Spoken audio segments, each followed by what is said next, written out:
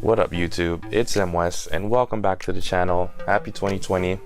Today I have a pretty interesting unboxing for you guys. I have the Insta360 One R that was just released.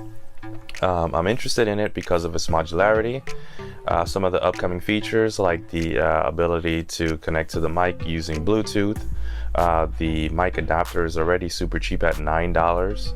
I'm still interested in kind of finding that perfect action camera that kind of meets my needs. I'm interested in doing some nighttime videography and things like that, and I'm hoping with the 1-inch sensor that the Insta360 One R has, I might be able to get some good footage. From all the videos I've seen, it doesn't look that much better than the wide-angle 4K lens, but they're still working on the software. So I want to unbox mine and then do a mini review, connect it up to this video, let you guys see me testing it out in the field, and then let you guys know my overall thoughts. So with that said, let's go ahead and jump right into the unboxing.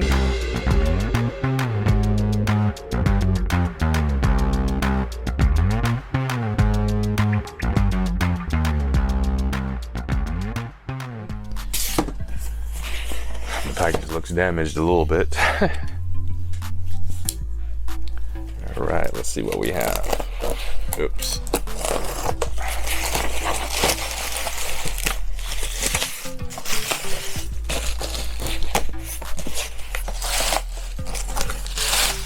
Let's go ahead and get all this stuff out the way. Close down my knife before I get hurt. So in the box immediately you get the selfie stick, and I opted for the twin edition right there.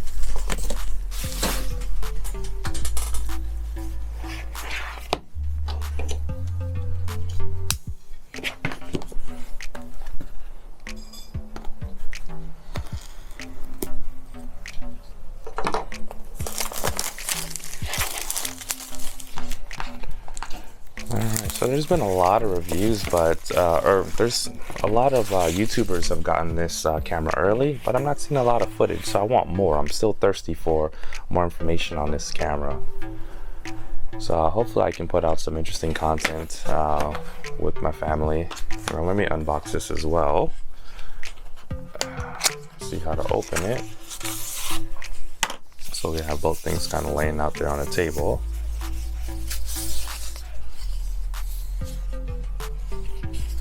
Okay. Get all this to the side. Sorry for that small spike. Let's see what comes in here before I pop out the main camera. I'm guessing it's probably going to be wires and other things. Way to charge it.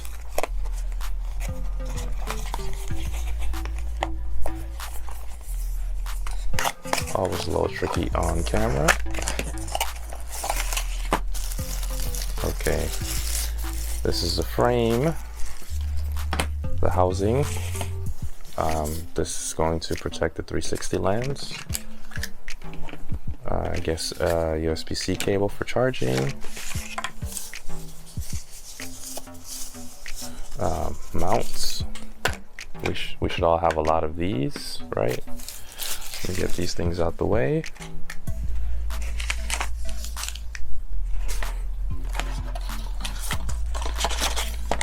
Got some Insta360 stickers.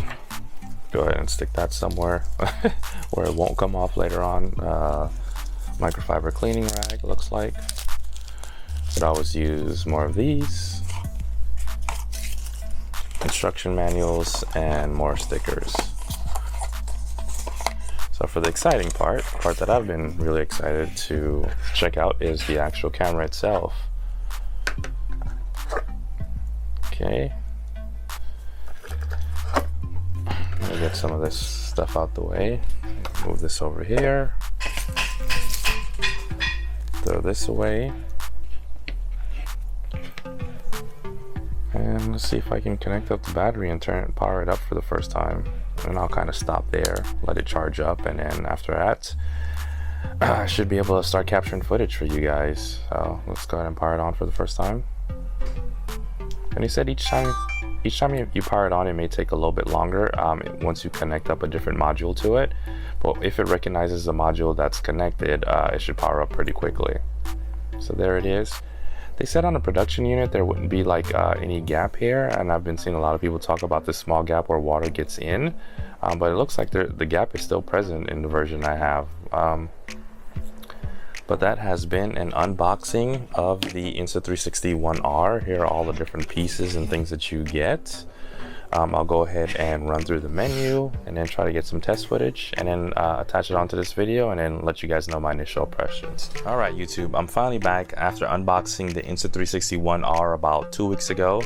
I got a chance to take it out, play with it a little bit, get a good feel for the camera, its capabilities, and I'm coming at it from a perspective of, if I was going to throw my money into one action camera, would this be the one? And so I want to go down a list of pros and cons, things that I liked about it and things I didn't like, to kind of give you an idea.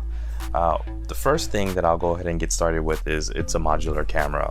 Right now on the market you have your 4K mod, you have your 360 mod, and this comes together in the twin edition, and then you have a 1-inch mod. Now the 4K mod, it works just like a normal GoPro or DJI Osmo action camera. And then the 360 mod gives you a 360 view. It stitches video and pictures together that it captures from out of each lens. And so what it's kind of doing is, no matter how you're holding the camera, you're able to capture the action. And then the 1-inch mod, which I don't have yet, I'm planning on ordering it. It's supposed to perform a little bit better in low light, and it also has I think a zoom capability. And so I'm really curious about that mod. I'm really interested in it, so hopefully I get it soon to kind of play with it. So it's modular. You can attach different mods, and I think that's pretty cool. One camera to kind of rule them all. No matter what you're doing, you kind of have the best camera for the situation. Number two, the thing that I really like, and I don't want to get too hype about this, but I'm really enjoying this, is this 360 mod. Now, I didn't know I needed a 360 camera until I got a 360 camera. When I went to Big Bear with my family, I was holding it, and I didn't have to worry about how I was holding it. I had it sideways sometimes. I was just having fun going down the slope, and I was able to capture really good video. And if it wasn't in the angle that I liked, I would just reframe it and spin it around. So I would turn it to the correct angle, have it focus on me. And so having this 360 mod on versus the 4K mod, it opened up a world of a variety of different ways to capture the action. Like you'll see in professional videos, they'll have, you know, different cameras, they'll have different viewpoints. With this, I could show my face, I could show the action, I can spin it around, I can look at the environment around me, I can reframe it to look in any direction I want, and I thought that was super cool. So I didn't know I needed a 360 camera until I actually got one. The other thing that was that I really like, the camera quality. Now a lot of people will do comparison videos, the Insta360 One R versus the GoPro versus the DJI Osmo Pocket or Action, and I think all of them are very close or on par with each other. They're all shooting in 4K, you know, 60, 50 frames. The Insta360 One R is missing 24 frames, so that might be a minus, but it has it listed on the website. I don't want to get too much into like the super technical details, but if that's what you guys are looking for, it may come in a future update, but it's not present right now. But anyway, the quality of the camera is on par with what you expect to see. The other thing that I like is the software. The software is reasonable. Makes me a little lazy sometimes, so it's easier to get in. It's easy to get in there, color correct, edit, reframe, and output something with music. It also has some AI features, and it'll select videos for you and then output a really cool looking video for you. Relatively easy to use. I personally like, I guess GoPro's quick for video editing. It's just my favorite. I got used to it over, you know, the last couple years, but the Insta360 One R and Insta360 Go, their software app is reasonable, easy to use. You can get in there and do things relatively quickly. Huge music library, very cool. It wasn't bad at all, and I think it's easy for anyone to kind of get in there and figure out things.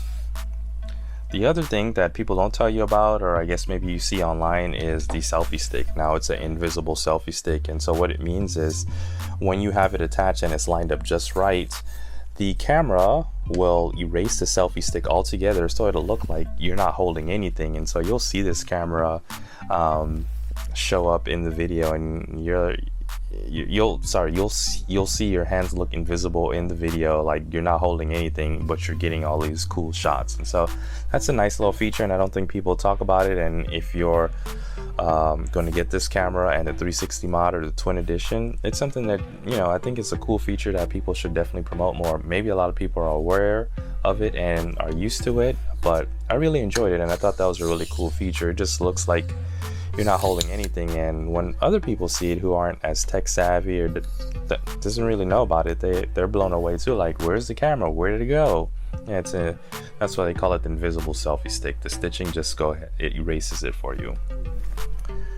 Now I'll talk about a couple of the cons, things that I did not like. The company doesn't really give you a way to store your mods. So as you get more mods, as more things come out, how do you store it? So in the box, like, do they expect me to use the box and carry it around with me? Because that's the safest way to kind of put it. Or, you know, are you supposed to go and buy additional accessories, or what are you supposed to do? So they don't have anything on their website. So I went ahead and got this low pro case right here. And so I've been putting my Insta360 in here inside the little case, and it looks something like that, right? And then I'll put the additional mods in this case here for extra security, and just throw it in here, something like that. But I wish they had provided something for us, something better. And it does come with this little rubber sleeve to put on top, so I guess that's something. But you know, you need a better case option, especially if you're in the business of selling something that, you know, is modular and, you know, has additional pieces that you can get and use. And so I feel like they should provide something better for us than just that. I know, small gripe, but you'll hear a lot of people complain that it's kind of fumbly. You're worried about dropping your mods, and you know, the camera is reasonably pricey, so you don't want to lose those things. The next thing, just like how I said the software was good, the software is also bad. It's missing a couple key features. You're unable to use your own music, so you can't add any your own music yourself. It always errors out on the Apple version on iOS for some reason, and then you can't add text to your videos. Now, adding text is available on the 360 Go, but it is not available on the One R app, and both of those are two separate apps that you would have. So I can't add text to my video, so I'll export it out without the text, and it, you know, sucks kind of missing a title, and then I'll add it in a different app. And then the other thing is the other huge thing that I ran into is, like, you can't chain together multiple videos. If you do that, the exporting time goes from, you know, a minute or two all the way up to 5, 10, 15 minutes to export a 2-minute video, because you link multiple 360 videos together. My workaround for that was exporting the 2-minute clip, each video one by one, and then loading it into a different editing app, and then editing there after I had already made my adjustments and my reframing and all that stuff. That exported it in about 2 or 3 minutes, and I was able to choose my own music, and I was able to add a title screen. So hopefully those are things that they fix pretty soon. Let's see, is there anything else that I was having problems with or I ran into issues? So there's a couple of missing features, like the ability to connect up to this with your Bluetooth headset or your AirPods. So they said that feature was going to be in here, and it's not available yet. So key features are missing, things like that. Overall, I think this is a great camera.